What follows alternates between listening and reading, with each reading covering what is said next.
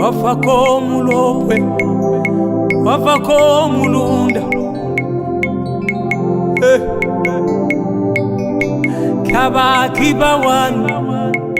Kabakiba wana sengayo iya ulongene biukeno iya tatayo sengayo mafwindi bakuyuke wileza wa moto sengayo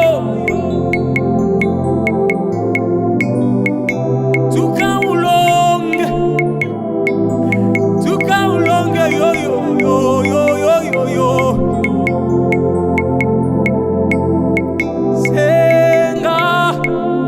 senga mukwashi senga yo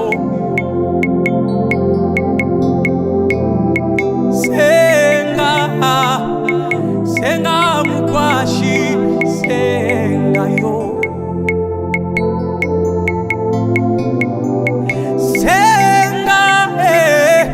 senga mukwashi senga yo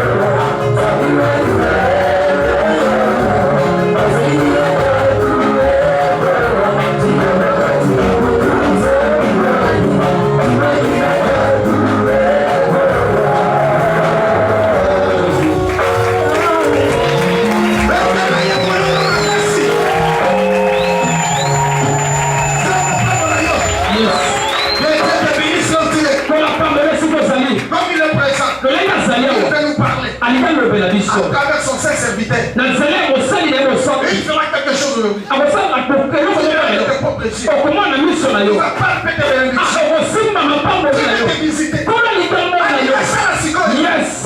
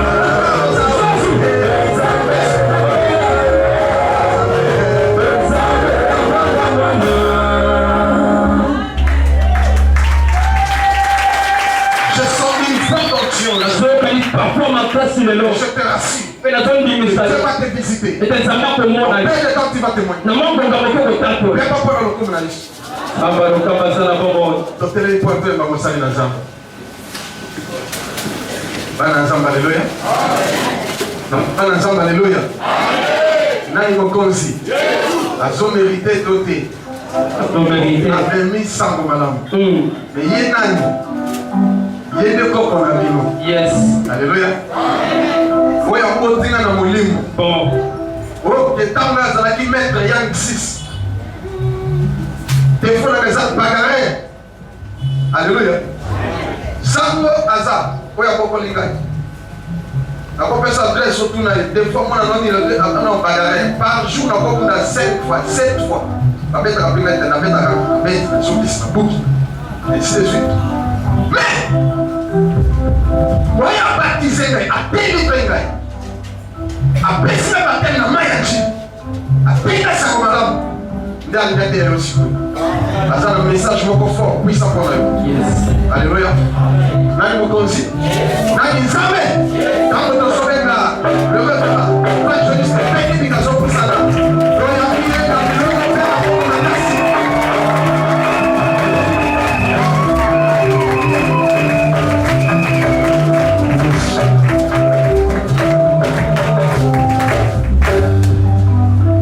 Est-ce qu'on peut acclamer pour Jésus?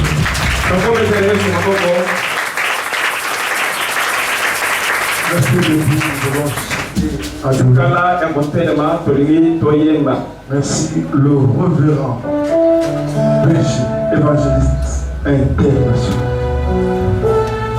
Jésus, merci pour m'avoir accordé la parole. Jésus. Nous voulons chanter.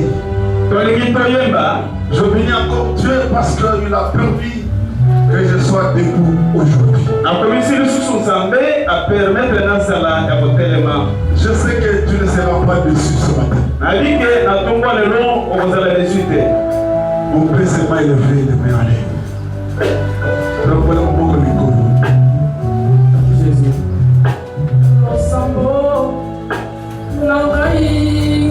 Nous sommes dans la Jésus. Jésus.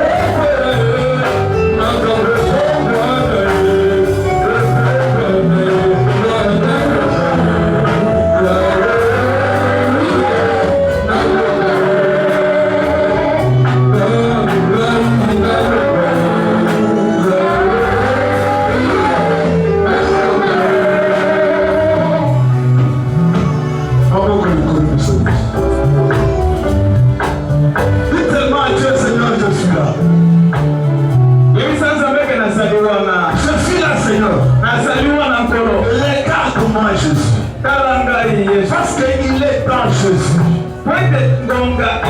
Que Dieu change ta vie. Prions le Seigneur Jésus-Christ.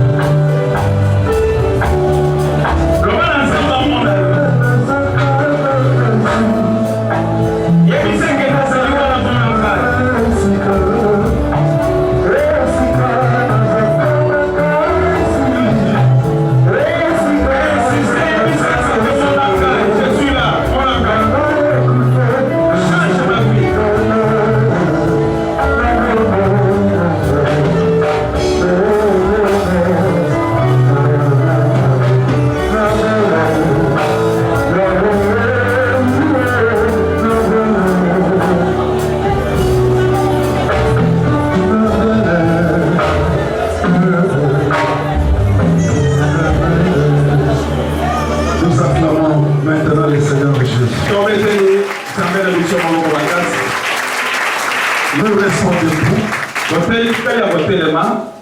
Genèse chapitre 38. Genèse 38. Verset 27 jusqu'au verset 30. Genèse chapitre 38, verset 27 à 30. Je sais que Dieu va nous assister ce matin.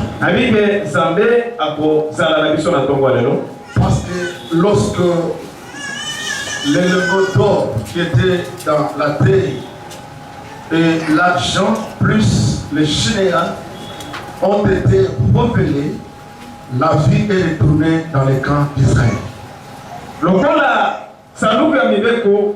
Non, l'élément d'or que Akab avait caché. Ok. Dieu est retourné dans les camps. Genèse, nous lisons la parole de Dieu.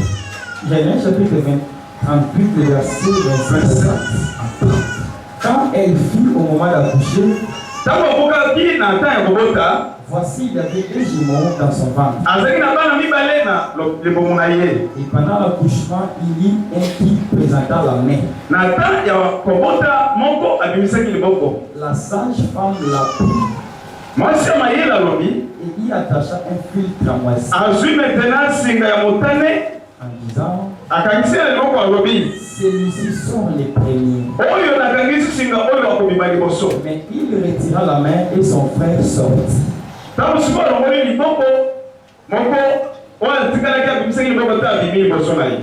la sage-femme dit, quelle brèche tu as faite? Et elle lui donna le nom de Pérez.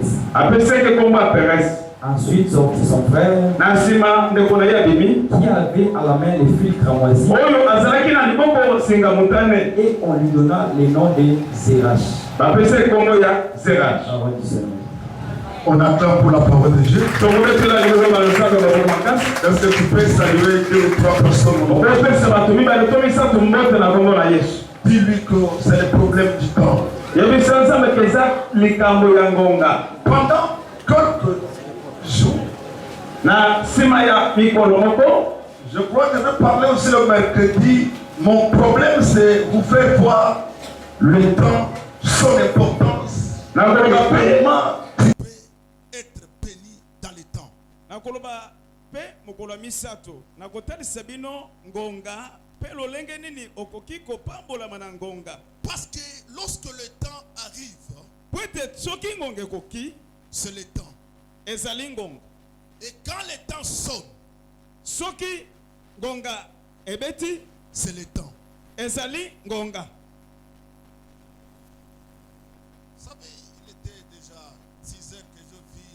Ne sentait pas le soleil. Soki moto abiso namoni mpole mais ezali moite. Te dit que l'heure a sonné. Na biso ke ngonga ebeti. Je t'invite pendant la semaine de venir parce que le Dieu que je prêche, il n'est pas dans la tombe, il est vivant. Na biso ke na kata semaine esengeloya. Parce que mon tour va sauter Yesu azana ngondate asase quoi. La Bible dit il faut Akan avait caché dans la terre soit pas seulement déterré mais révélé pour que Dieu retourne dans le camp afin que Israël soit béni. Balobi boy te esengeli ebima pour être nzambe azonga maintenant na kati na camp. Tant que esengeli ebima pour être nzambe azonga maintenant na kati na camp. Tant que ce lingot est dans la terre, il n'est pas révélé. Tant que le chinéar est dans la terre, il n'est pas révélé. Tant que l'argent qui était dans la maison, dans la terre, n'était pas révélé, la mort était dans le camp. Il fallait qu'on amène ces choses. Parce que Dieu pour retourner, il faut qu'il y ait la résurrection. Balobi kazaka oyo bayibaki kan. Ekundamaki na mabele. Liwe zalaki na kan ya Israël. Mais sengeli nzambe aloba poete ba kondola manto na mbongo akana yibaki poete nzamba zongi sabomo inaka. Je vais vous parler sur le miracle dans le temps et en dehors du temps. Na bino pona bikamo sabe na kati na ka pe libanda yaka. Il y a des choses qui s'opèrent dans le temps et en dehors du temps. Ezana makambo na kati na temps pe libanda ya temps. Je vais vous parler sur comment est-ce que quelqu'un qui ne connaît pas le temps, qu'est-ce qui arrive dans sa vie. Na kolobela bino lolenge nini muntu ayebi ngonga te eloko nini ko yela kayena fina ye. Parce que les étoiles, la lune, les soleils sont sortis le 4e jour. Merci Seigneur parce que nous sommes au 4e mois. Poete minzoto sansa ezalaki akobata mesengelaki 4 jours ekoka poete moi ebim pole bima. Joséphine et du soleil. Nous sommes au 4e mois. Poete minzoto sansa ezalaki akobata mesengelaki 4 jours ekoka poete moi ebim pole bima. Joséphine et du soleil. Nako limbolela bino makambo oyo bombami na kati na monzoto na kati na sanza pe na kati ya moi. La vision de Joseph était j'ai vu le soleil. C'est ça. Moi c'est le 4e jour. Ezalaki mokolo mina. Mais aujourd'hui mon petit thème s'appelle Akia et Chinchin. Mon pote le pays. Lelo basoloba ah oyo ezanini abimeli wapi auti wapi. C'est la nuit abimeli. bakotuna yo obimeli nzelani bayoki te nzambe na ngai bayoki te nzambe na ngai balobi soki ta ekoki bakotuna yo obimelaki wapi oti wapi otanga to otanga te ya malchance soki mercredi oyete parce que nakomata soki na mati natiki mwana ya mpong ye moko abandi konage ye moko problème à libumu loba libumu mère n'était pas aimée mona Jida loba Jida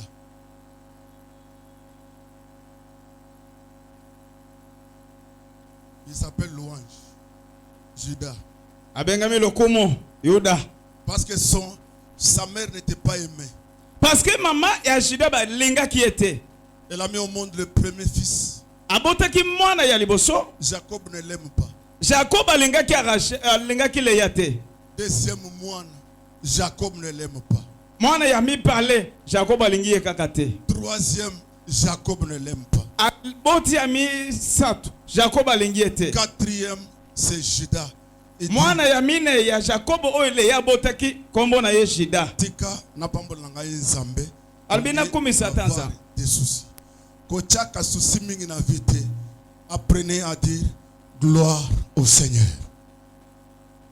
na sima na yango Leya alobi lokumu ezonge pai na nzambe nde kombo ya Jida la Bible dit makomi elobi nous voulons monter maintenant tolingi tomata siko la Bible dit ceci makomi elobi boy Juda a eu le premier fils Juda azaki na mwana na ye ya liboso j'aimerais dire ceci nalingi naloba boy si on ne t'aime pas soki balingi yo te ne forcez pas l'amour komema polingo te Dieu lui-même va descendre pour te délivrer zamba kozala te po ete akangola yo il y a quelqu'un qui t'aime plus que ton mari plus que ta femme plus que ta famille c'est Jésus-Christ eza na motu moko alingi koleka mobana na yo koleka bana na koleka bakokolo na yo c'est Jésus de la Nazareth Bible dit ceci Bible elobi boy Juda a eu le premier fils il s'appelle Er Juda aboti mwana ya liboso abengami na kombo ya cet enfant a eu comme femme Tamar mwana oyo ya liboso ya Juda abalaki mwasi na kombo ya Tamar Dieu l'a tué zamba abomi ye parce qu'il était très méchant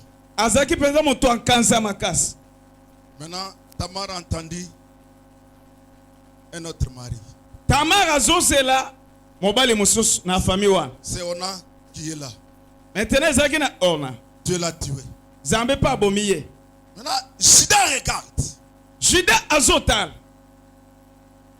tu attends ici yo ozozela awa jusqu'à ce que si elle va grandir il va te prendre en mariage po ete mwana mosusu atikali akola po ete azwa lisusu Tamar était en habit de veuvage elle était veuve Tamar lokola akufeli mibale atikalaki veuve un jour mokolo moko elle a entendu que ton bokilo passera par cette route Juda si lokola veuve azongaki epa na bango ayoki sango ke bokilo na ye akoleka place wana non elle était dans la maison de Juda azaki na ndako ya Juda maintenant la Bible dit ceci makomi elobi boye un jour mokolo moko elle a pris elle a été vêtue des habits de prostituées alataki aye kochange alongoli bilamba ya baveuve alati ya bandumba elle est allée sur le chemin sur lequel Juda devait passer son bokilo propre akei sikoyo na nzela oyo bokilo na ye ifalaki alekele son bokilo passe avec un sifflet bokilo na ye azoleka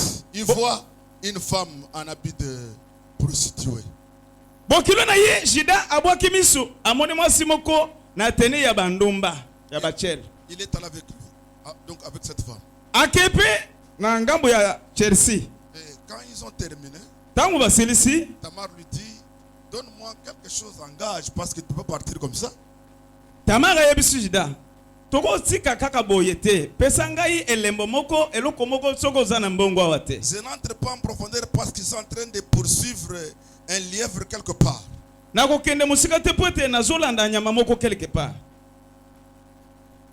il sort le cordon comme gage abimisi cordon la ceinture oui il donne aussi les bâtons apesi na baton na so et sont cachés apesi epa mwasi tu gardes ça yo batela biloko oyo je vais envoyer un chevreau nazokende na kotindela yo quelque chose tabac comme ça tu vas libérer ozwa meme libéré biloko nanga. Judas arrive là-bas.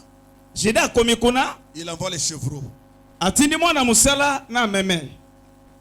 On regarde dans ce village. Personne. Batali na village wana mwasi ndumba azate. L'envoyé dit mais je n'ai pas vu cette femme. Muntu obatinde ki azonge pa Judas albi na moni mwasi ndumba wana te. On a cherché par tous les moyens, pas de solution. Baloki moyen nyonso baloki ti mwasi ndumba azate.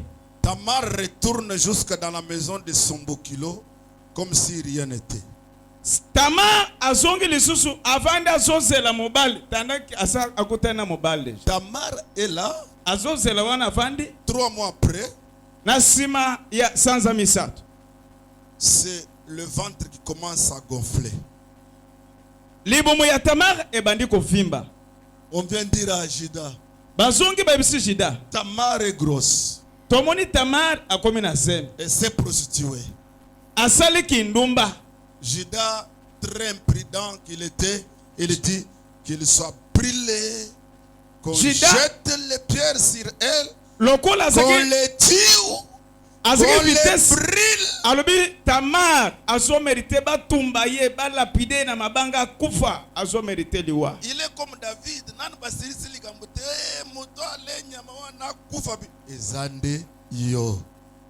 Judas qui pressé le col David. Ba pese message pas na temps. Nan basilicité. Alobi oh moto na zo mérité akufa. On dit c'est toi. Esayo. Judas était le premier. On doit tuer cette femme, tout ça. La femme dit, l'homme à qui appartient ces choses, c'est lui le propriétaire de la grossesse. Moi si pe na ngambo na ya lobi. Problème ezate babo mona bango ngai. Mais mobali oyo biloko oyo obima lingenda cordon naso. C'est que yende Colossem. Il jette. C'est le cachet de Judas. Abwaki boye bamoni so ndanga ya Judas.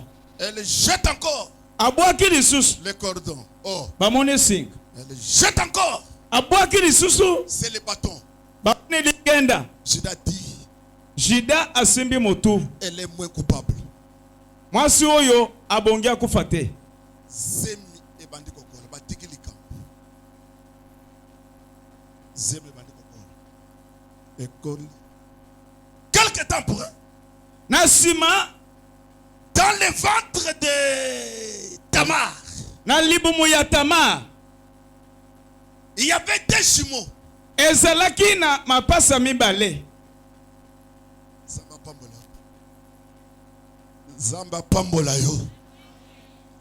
Bien-aimé. Balingami. Il y a des choses qui dépassent l'homme. Ezana makambu oyelekelaka bato. Ezana makambu oyelekelaka bato. Surtout quand le temps sonne.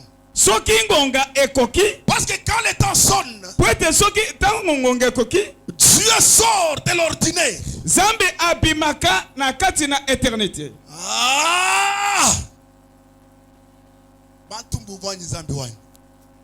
Batu basoyo kato bazoka te nzambe na nga. Bantumbu vanyi zambi wanyi. Batu basoyo kato bazoka te nzambe na nga. Lorsque le moment arrive. Soki ngonga ekoki. Dieu enlève la veste de l'ordinaire. Zambe atelemaka. Il devient extraordinaire. Azo koma maintenant mutu oyo batu bakoki ko supporter te. Lorsque le temps arrive, la fille de Pharaon va quitter la royauté. Et elle descend à la rivière. Soki ngonge koki, mwana ya Pharaon akolongwa na ndaku ya bokonzi, akokita na fleuve po sokola. Une grossesse qui paraît une grossesse compliquée. Compliquée. Bokilo a dit Bokilo les amis. Une grossesse qui paraît pas impossible. Ah.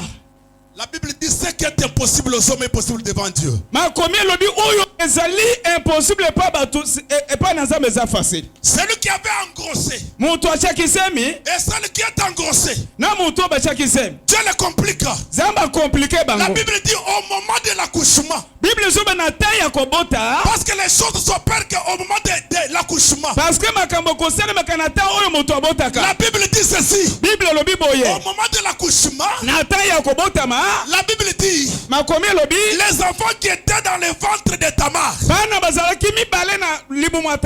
qui paraissaient un peu impossible. ezalaki vraiment makambo kokamwa. Bible tu ambani kweo. Bible nsolo baboy. Muka juduka bwani alela mwana. Mwasi alingi abota mwana.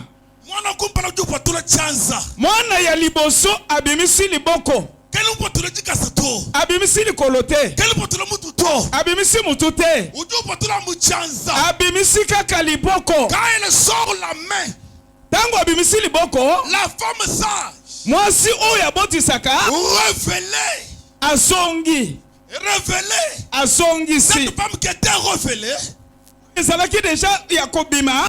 Et donc elle prend un fil cramoisi. Asui maintenant singa ya mutane. Je me pose la question. Nazo mituna mutuna. Mwasi oyo azalaki na mukaba mususu te. Tuna mutuna. Mwasi oyo azalaki na mukaba mususu te. Donc ya bosaka basi na bila moko pembeni basinga. Bayoki te. Lobana nzambe. Loban nzambe. Osali. Même Tamar qui mettait au monde. Ataku Tamar oyo banda kobota. Elle n'a pas compris. Asosola kite. Les garçons sortent la main. Mwana mobala abimisi liboko. C'est cramoisi. Mwasi wana abimisi singa soke ezalaki wapi. Elle va attacher seulement au bras. Askangisi na liboko. Et les garçons. Mwana mobala. Il remet encore la main dans mwana oyo bakangisi oyo azobima na liboko. Ça j'attends ces garçons sortir. Mwasi oyo abotisaka banda kosela mwana oyo abimisaki abima. Lobana kobima. Lobana kodusola. Lobana kodusola. Yebsa na muninga loba yo dusola yebsa. Ah yebisa bien ke ozo bulubangane. Yebsa dosola bima. Na situation wani yotikala bima. La Bible dit ceci. Ma combien le bibo? Quand il remet la main dans le ventre. Sa tango songisi liboko lisusu na libumo. Un autre garçon sort. Oyo sikoyo atikalaki basali échange. Troc. Oyo akoti oyo abimi. Moi ça tourne au bimeli wapi. Femme sage atuni. Ndenga balubiwa. Nzela nini yo sali. Okotuna te yo bimeli na nzela nini? Tuna mutu aza pembe na yote. Lobana mnogomo na bi lobana no obimeli wapi lobana. Tala esika mobali na yo akobimela yo yebite. Bayoki te nzamba. Bayoki te. Les terres tangana no Esaïe 55 alobini.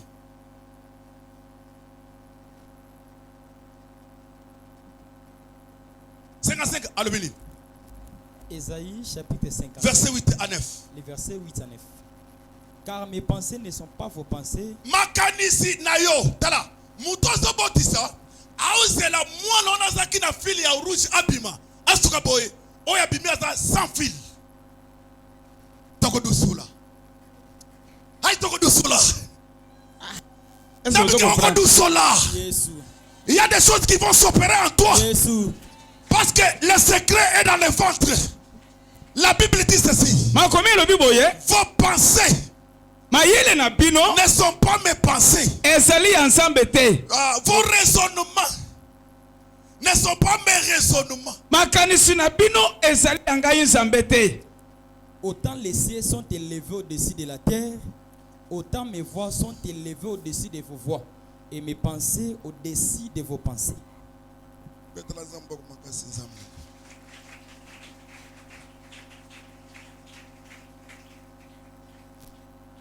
Dieu va te faire une surprise qui va étonner ton pasteur. Zambe akosala surprise moko ko comme ça na mokambi na yo pasteur na yo. Déjà. Na solo ba yango déjà. Surprise. Et puis zele ko bimela na oyo ko bimela. Et ça ordinarité parce que normalement muchopani za moko. Moi na bimela tient le box, c'est pour dire qu'on l'attend. Parce que boy, musu soso a sauté. Le bon a sauté. Ah! Oui, on peut sauter liboso ba ya bene na famille na bini yo nde muto ko sauter liboso. Eh! Le bon a sauté. Ah, le bon a sauté. Eh! Tala, ndengo sawana ezana plus comme sou et ko respecter normalité. Et comme maintenant ndengo moko ya extraordinaire. continuer. eza na makambo mosusu ekoya en désordre bato bazozela ya na ordre me yango epanyani na ndenge moko ya moto nyonso amoni yango bazozela ke yo okozala deuxième nzoka ndoza après premier ozozela nini mpo obeta maboko nakamwa bien-aimé malingami lorsque nous raisonnons soki tozokanisa quand un pasteur raisonne mpe mobateli mpate soki azokanisa quelque part akosuka bisika moko songolo lorsque nous raisonnons ntango tozokanisa il y a un moment où Dieu dit maintenant eza na ta oyo nzambe akoloba sikoyo makanisi na yo esuki awa ya yo esuki ya nzambe ebandela kombo na Yesu. La femme sage dit ceci. mwasi oyo abotisaka alobi boye obimeli wapi yo obimeli wapi nango tuna obimeli wapi c'est que à comprendre te Il dit à Jérémie. Dieu dit à Jérémie. Zamba alobi na Jérémie Avant yo okota na libumu ya mama na yo. yambo ya okota na libumu ya mama na bino na yebaki yo. Je t'avais connu. Na yebaki yo. Nzambe na ngai. Nalobi ke mobali oya kobala yo nzamba yebi kombo na ye. Obi avenue zo le kawana. Na avenue wana zo kande lupango neza na avenue wana. Ba yoki te nzambe na ngai. Lupango na yo eza na avenue o zo le kawana. Nzambe na ngai. Il dit avant que maman na yo balingana na tata na yo. Moi Dieu. C'est là où la puissance de Dieu commence. Il dit je t'avais déjà connu. Na yebaki yo. Je t'avais déjà consacré.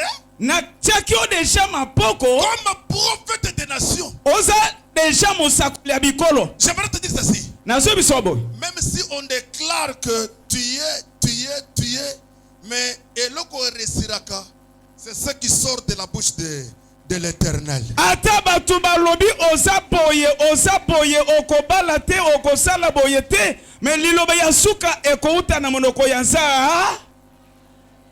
Semaine oyo alongola kasoni samba lola ye asalaka nango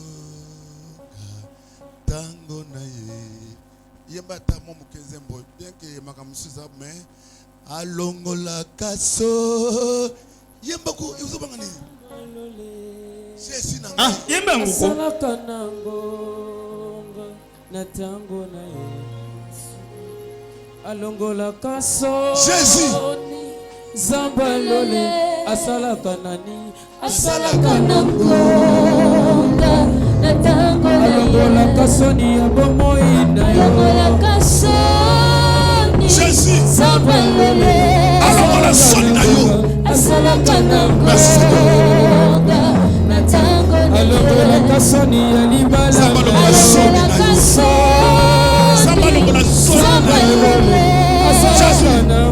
asalaka nango na tango alongola soni na yo alongola soni na yo alongola soni Jésus asalaka nango Jésus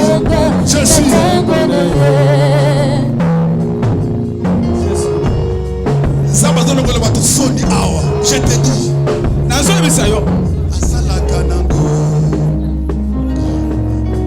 Zamba longola soni na yo loba amen bayoki te Zamba na ngai bato pauvre le Dieu que je prêche alongolaka makila sali 12 ans.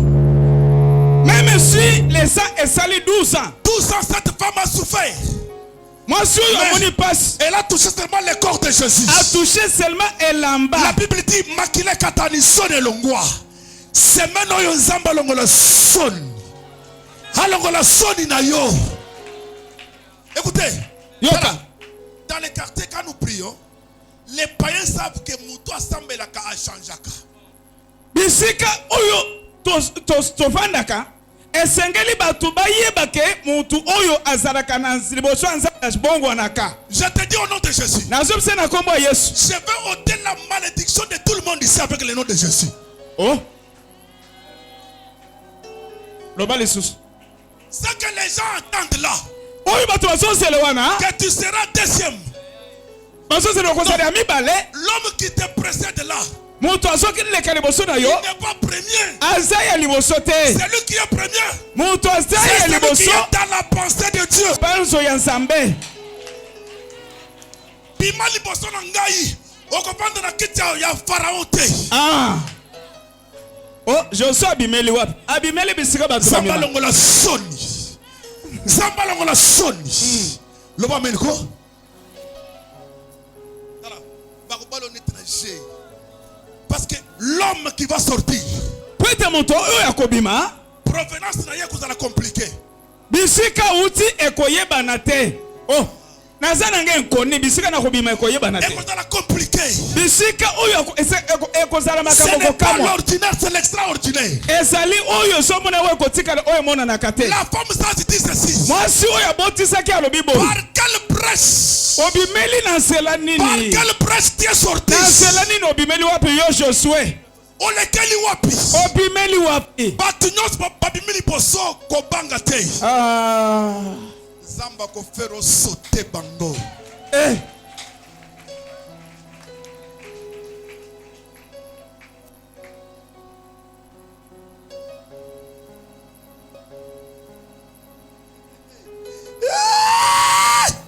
Joie.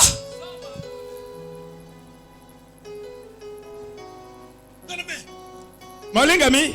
Oui, je vais vous parler sur beaucoup de choses. Nakolopela pila na makambo ebele. Joseph alali na boloko. Oh. Zokande il est dans la pensée de Dieu.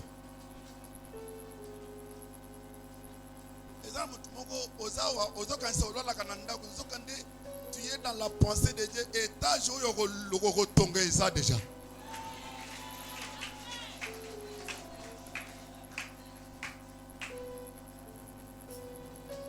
Ça va pas me là. Maman tellement maman tellement. Maman oya alalaki na salon na ngai. Docteur oyo. Mais les autres ton étage. Donc alalaki na ndako ozaki na étage wana. Biloko nyonso oyo eza na pensée na Nzambe na kokotisa yo semaine oyo. Na kotisi yango na vie na yo. Wanda mama. Sambalole. Asalaka nango. Na tango na ye. Bima na kati na su na pauvreté wana. Bima na kati ya nkunda. Écoutez, quand le soleil s'élève, Soki mwasi etelemi, il n'y a personne qui peut te dire voici le soleil. eza na mutu moko te akobiso otala mwasi yango. À moins que tu sois avec. Omoke ozala mokufi miso. Mais quand le soleil s'élève, Soki mwasi ebimi, tout le monde dit bato nyonso bakomona lumière. Bakomona lumière ko? c'est pourquoi je vous dis ceci. Yaona ebisi bino boy. Je vais commencer 4e jour. Na Dans so le Zokita, vous allez comprendre que le temps, c'est Dieu lui-même. na so bandela mokolo amine. Taona na so zonga tina mokolo liboso, boko so sola ke ngonga eza Nzambe ye moko. Quand je regarde les Salomon, l'ancien Salomon, pardon, l'ancien. Taona so tala lokamba, yaona lobaki yo bimela ki wapi? L'ancien. Azalaki ancien moto alalaka na salon. Tala, komona ndengo bona kawana te. Na côté na chambre. C'est que bazo sauté ye, ba côté na chambre. Soki aussi grâce à côté le makoseka mutoza na CD. Tala, soki otombami, koseka bato yo bazo lala nzala te. Parce que surprise esali. Bien aimé. Aussi grâce à kolia fufu, okomoko finga bato bazo lia te. Ça va pomber le bébé. Tala, zala na réserve. Sécurité. Bazala na réserve. C'est que fufu mbala moko. On évite que le même soleil, quand il est 12h ici, aux États-Unis, il est 6h. quelque part en Chine, Balali Pongi, le même soleil, il est clair d'un côté, de l'autre côté, il y a les ténèbres. Yokanalo. Alobi boy. Right, Tango tozana tongo awa, ne États-Unis bakozala bazana 13h. Même soleil. Ba bazana Chine, bakozala bazana 15h. Tozana même tenté.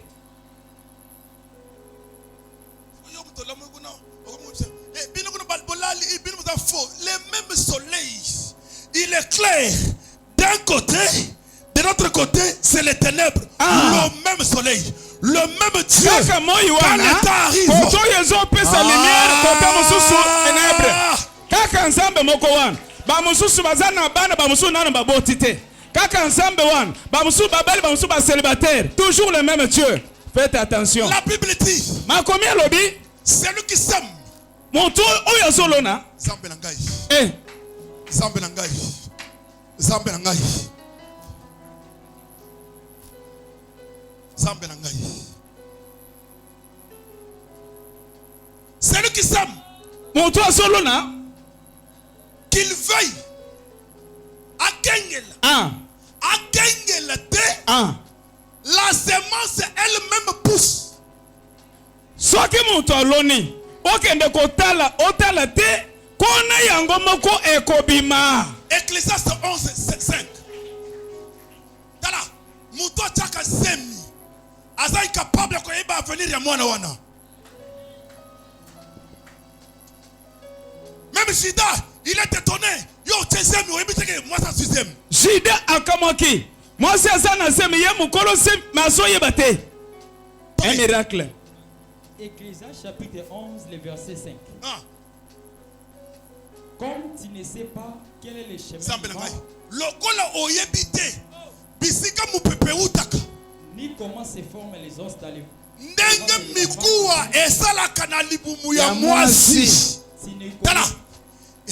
après, tu ne connais pas non plus l'œuvre de Dieu qui fait dès le matin, sème ta semence.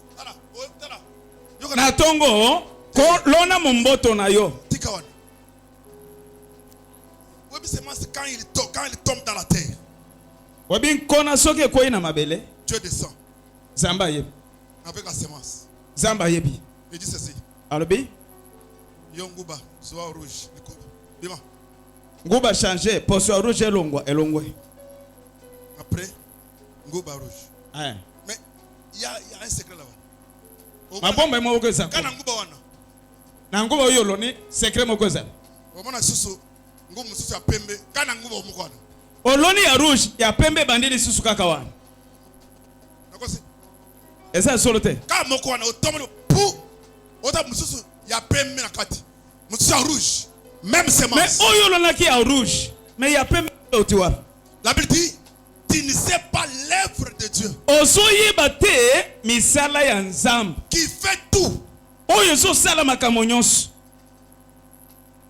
Vous savez quand Dieu me dit Webike tango nzambe yebisengai. Consacre. Confirmer. Tia maboko. Consacrer te, ba consacrer la mutu. Tia maboko. Na libum. Confirme. Tia maboko. J'ai confirmé berger. Na confirmer ye. Na mona église. Est-ce que na mona église? Même na ndoto. Na ndoto na yeba kiao. Parce que tout le monde dit kaka soki nzamba alakisana na ndoto nde na moni. Soki nzamba alakisi mobale na ndoto na baso ndoto yozela ka ndoto. Nzamba azana tata te, azana mama te, azape na koko te, kombo na Zambe. Est-ce que vous comprenez tout vous comprendre te? Je vais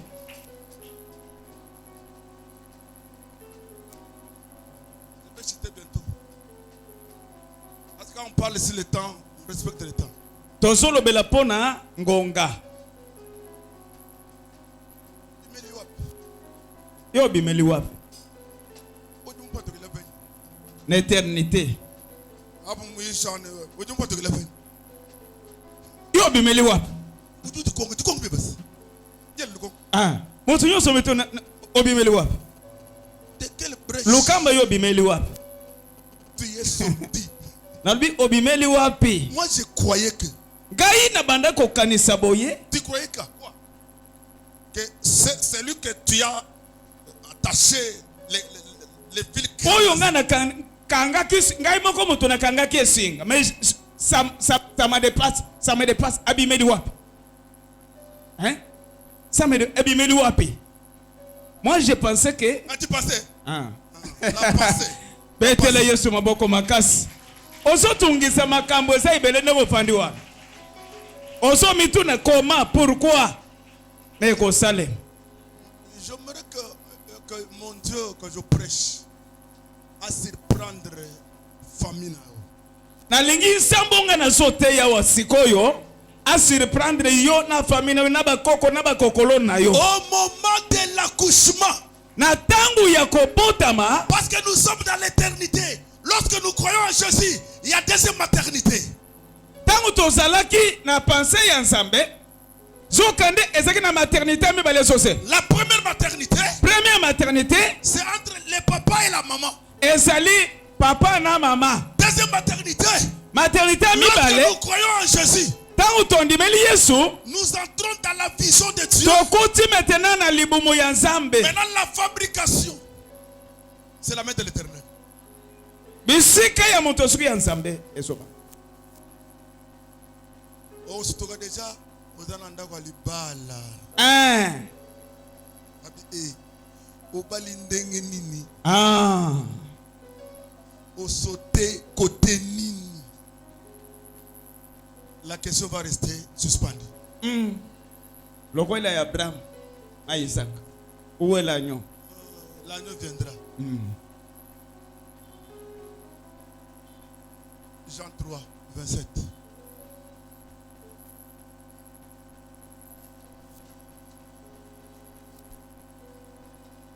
Jean chapitre 3, le verset 27. Qu'est-ce que tu as? Jean répondit, un homme ne peut recevoir que ce qui lui a été donné du ciel. Alobi mutu akozwa oyo epesemele na mokilité na mabelete na bakoko teme na lola. Tala likolo boy. Loba Nzambe. Loba Nzambe. Bayebisinga. Bateyingai. Ke moto akoki kozwa eloko te kaka soki Nzambe apesi. Est-ce qu'on peut acclamer Jésus-Christ? Tobeteli Yesu maboko makasi.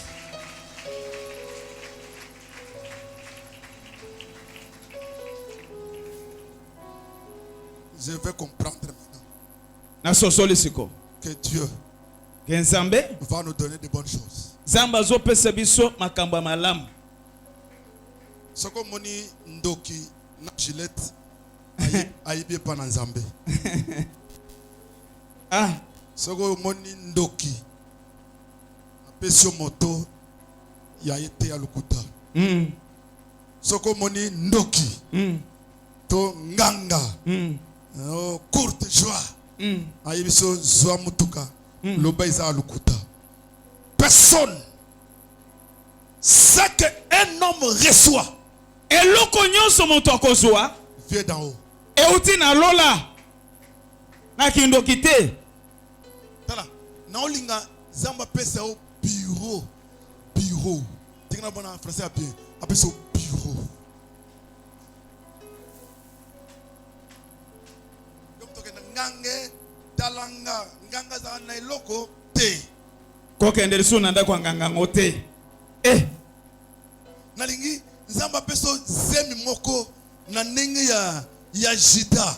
Okanisaki eza date te nzokande Nzamba tiaka na date tout comme makoko tia en dehors ya date.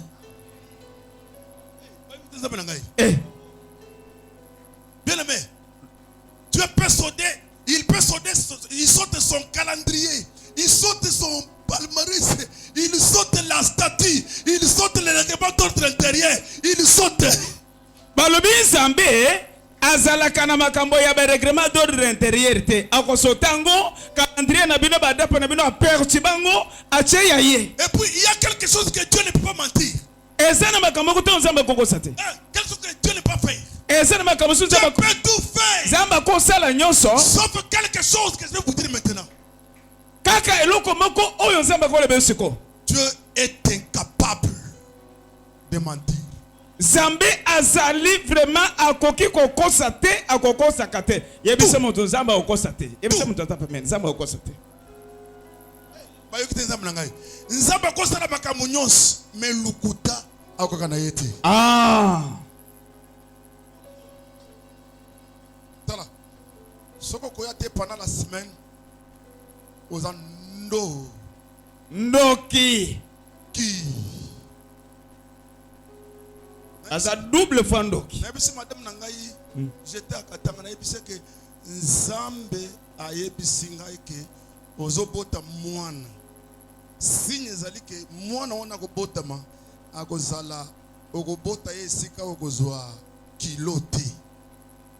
Signe na ye awa zemi na yebise tozana mwana no octobre na salika na biseke mwana ngazo bima le 29 mai opesinga mwana okobota ye bisika kozwa kilo te ya lobi tobeti na ye Bobeti.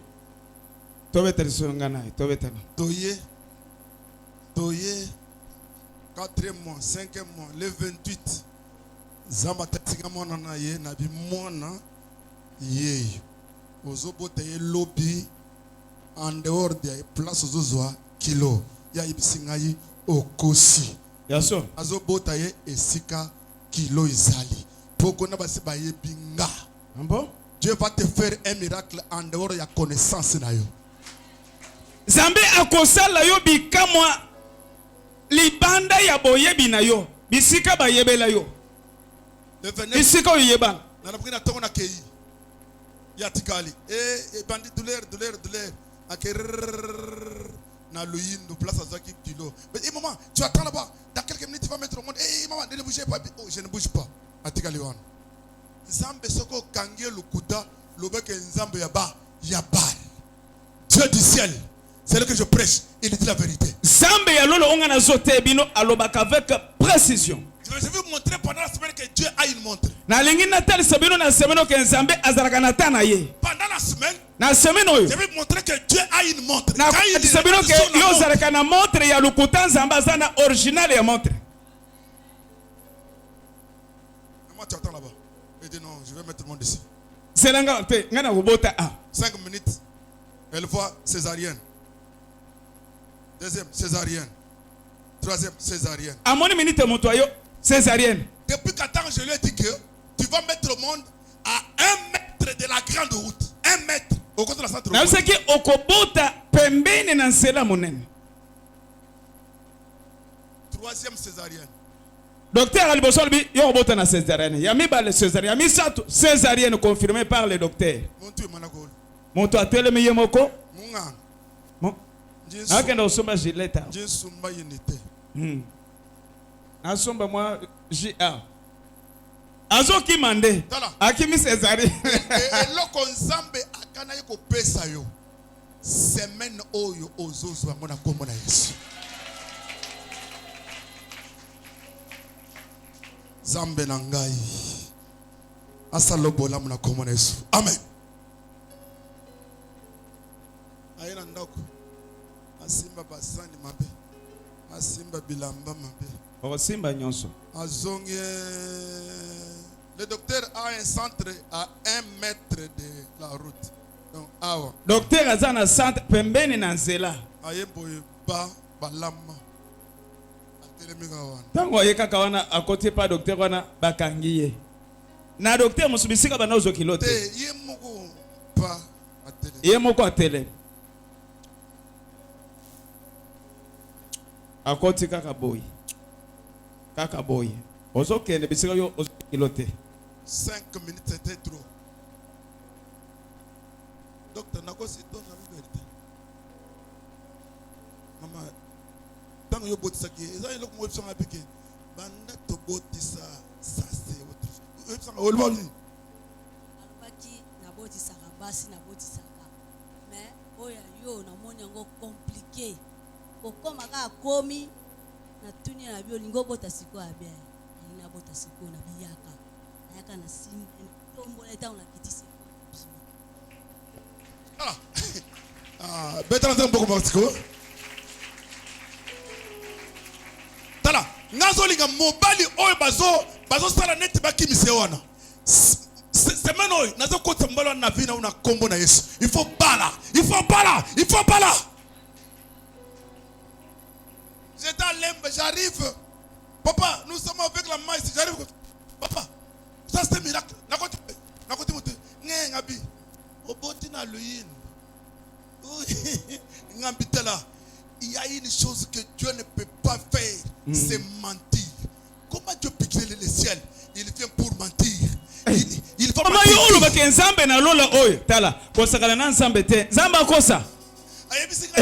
Tiamon mbalo moboko za berger. Nathalie boy makolo ngulu. Nathalie boy ana elote. Ali ake pananga. Soki nga na bimi, to bimi na e. To comme quelque part ça me sala papa. Nakapele moi descend. Ake pesa Myriam.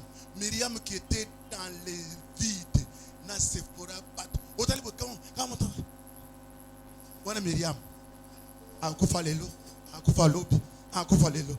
Lelo akomi alinga koma licencié. Yo yebisa ngai ke yo nan. Ocha temena nzam. Femme sage. Oh, je savais que tu es sorti où? Tu es sorti premier. Qui t'a dit qu'il est premier? Oh, naibeke akobima libos. Naibisa ko akobima libos. Celui qui est premier, c'est celui qui est dans la pensée de Dieu. Oyo akozala ya liboso na kobala na kobota ndi oyo uti na pensée ya Nzambe. La Bible dit personne mutu moko te akoko zelo ko soki nzamba pesi yango te. Telema nanu. Tala, eloko zo senga nzambe, nzambe na ngai. O senga nzambe loko o tango zo senga ngo moko zo de tabi est-ce que loko na senga na osongo? Je vous dis que Dieu est grand. Il est plus que la grandeur elle-même.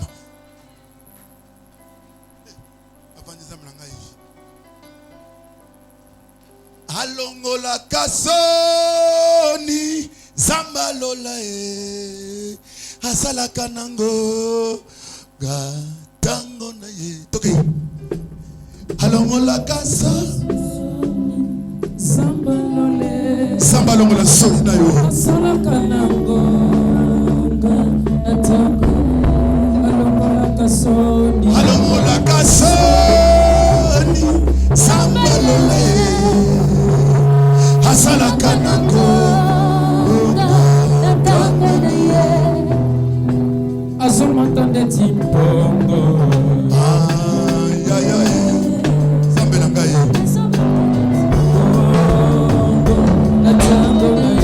imana kata pauvreté imana kati ya munde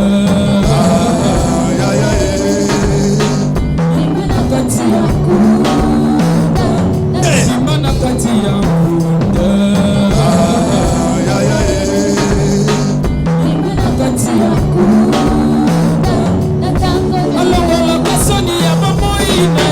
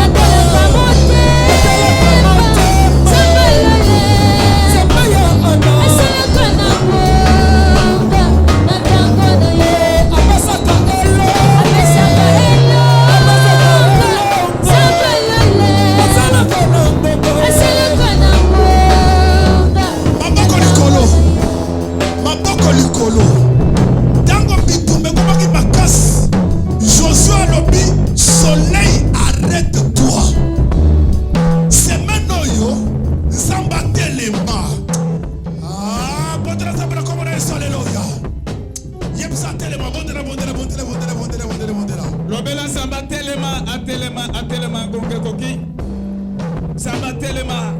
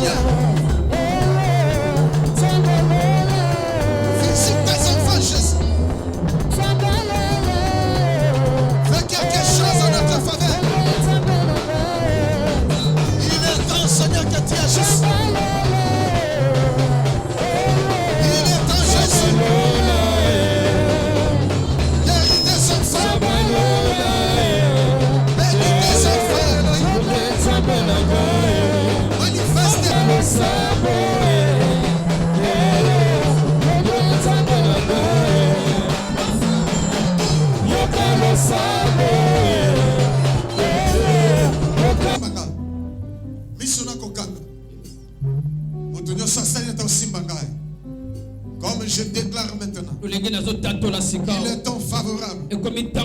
C'est le temps favorable pour toi. Pour que Dieu te visite. Au nom de Jésus. Comme tu as foulé tes pieds ici. Il ne sortira pas mes vies. Que Dieu te fasse grâce.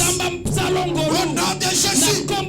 Sois touché là où tu es. Que la maladie disparaisse. Au nom de Jésus. N'importe quelle maladie.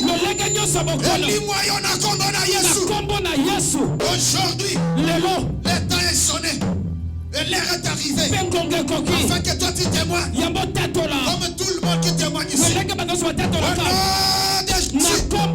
Que Dieu ouvre les écluses des cieux. Et que Dieu te bénisse. Au nom de Jésus. Ce que Dieu est venu chercher. Ce que Dieu demande à Dieu. Et cela soit accordé maintenant. Au nom de Jésus. Personne ne peut résister à mes paroles. Au nom de Jésus. J'ai ainsi demandé prier. Nous disons 5 fois Amen. Amen.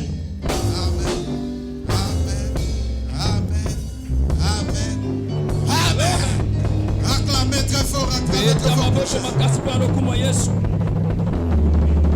Nani mokonzi? Yesu. Uvanye na place nayo. Nani nzambe? Yesu. Nani mobikisi? Yesu. Nani mokonzi? Yesu. Pesa molimo kote. Yebse osala bopambola. Alléluia. Loba tango na yo koki. Yebse moninga le tango na yo koki. Loba ko témoigner. Ndenge ba Amen. Amen. Que Dieu vous bénisse encore.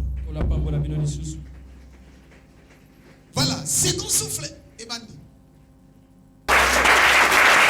Voilà, second souffle et bandi. Second souffle et bandi. Le va amen. Second souffle et sa mission, et sa émission. Alors, second souffle et sa souffle partout dans le domaine de nous. Dès le domaine là. Autant ça le témoignage à Poussanawa. Pour second souffler à témoigner, donc prier pour l'aller et puis nous avons assez manifesté. Oh Jésus.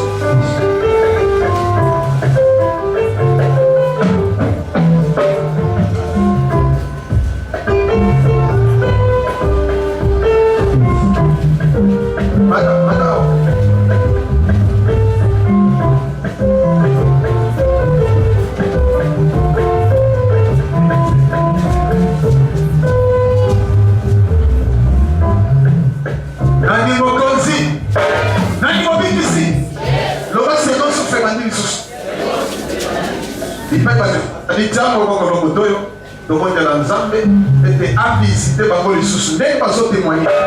Zamba s'est manifesté quand il mais il a le souffert la corporation commandée. Zamba est d'abord bana baye contact la oyo sali kati na bango. Mais si quand il vient na obate la Seigneur. Miracle le souffert là d'abord. Na kombo na Yesu. Dès que oyo ça Satan sonne. Zamba ayo qui s'appelle Satan sonne pour la vie. Na kombo na Yesu Christ. Miracle le souffert là na bino au nom de Jésus de l'obéi. Amen. Acclamez comme pour Jésus. Alléluia. Voilà. Tout ça na mwana na ngaya wa pombo na ni peko tu. Tiens micro na. Frère Piston. Ce qu'on va dire wapi frère Piston. Na Luanda. Ofana na Luanda. Ngani mama ça va passer ngani mwana partir au Canada. Ah. C'est la toute première fois là. Oui. Je dis pour que tu aies la maman Sarah au Canada fait ça numéro. Oui. OK. Alors quand je suis venu, parce que je sais déjà moi je joue déjà à moi. Ah. Alors dans ma tambour est pour ça. Parce que les autres sont commis. Ah. Puis on a aussi un ensemble de la go. Ah. On peut nous emmener à occuper gaïté. On peut nous emmener à gaïté. Ah. Quand je souffre, nous autres montent. Ah. Dans la première fois, la femme qui est ici ensemble de Bélanga. De Bélanga. Et de Bélanga. Et puis, on passera à monsieur. Ah.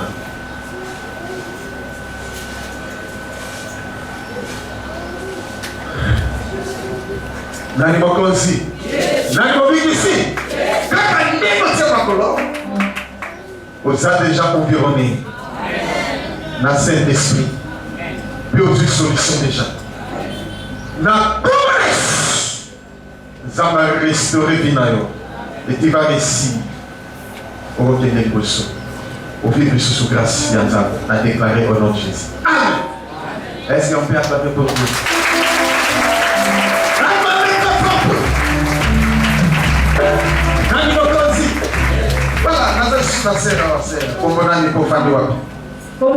Mama Bibish na vai na ngaba na veni masinema na sai. Mama Bibish on veut témoigner dans la scène pour nous. Ngina témoignage au yanga na négligence qui vraiment musala nzambe. Négligence na ngana kota mwana mobulu teni te na mala ko kaso posa ensemble ni pala ngezate. Na yako mwana semaine wana mosa noko na biso na mimakete na mema. Ayesinga ya Bibish na lai na moni pasteur Josué. Ayeti na ndako alobi na ndako dosala nini.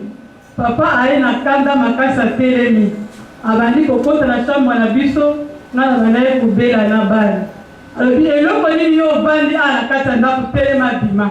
Papa simbi fibo abinga na telemi na kanda na za kanda makasi. Bano banaye kubela papa jiba na ngani bala na matina bana ngomba. Papa bandi ko bibisa biloko nyoso sente na kata ndako na biso. Tanga yedi singa bonga bi na okende ka mukonzamba wali avandi jeudi na bimi na usimsa na oya lokola la négligence ko ya lobai na papa ayaki na ndako ayaki moko te ayaki na ba evangeliste nyonso na ndako tango na ke jeudi msa na oya na komi 15 heures na nzela likolo esala esu te na otambola te likolo vraiment tosala toteka babesinga flèche na likolo na bazwi kolela likolo tosala te na telemi.